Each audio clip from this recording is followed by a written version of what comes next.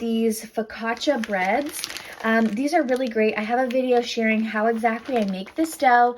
I make this dough in the bag, so I don't even have to get my hands dirty or make a big mess. All I have to do is portion the yeast with the sugar and water, let that foam up for about 10 minutes.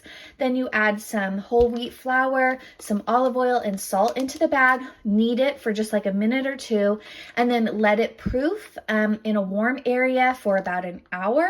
And then the dough is ready. And then I basically just flattened it out so that it would fit nicely in my freezer.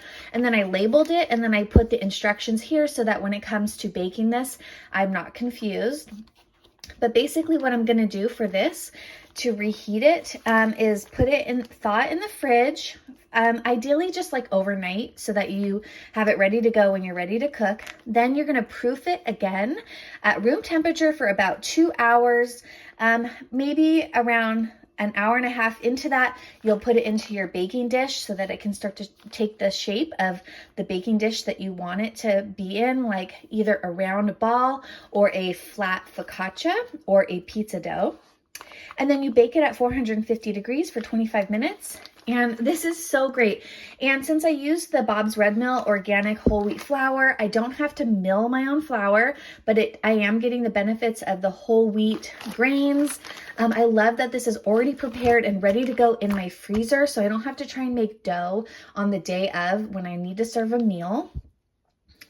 And like I said, this is like a super versatile dough because I can make it into a focaccia. I could put like some seasonings on top and bake it like that in a 8x8 dish. Or I can shape it into like a ball and cook it in my Dutch oven to make like a loaf of bread that you can slice and make sandwiches. Or you can also roll it flat like you would a pizza dough and then make pizza out of this. So I just love that you can do 3 different things with just this one dough that's already prepared that I didn't even have to get my hands dirty to make. So check out my video. It's called Whole Wheat Bread in a Bag.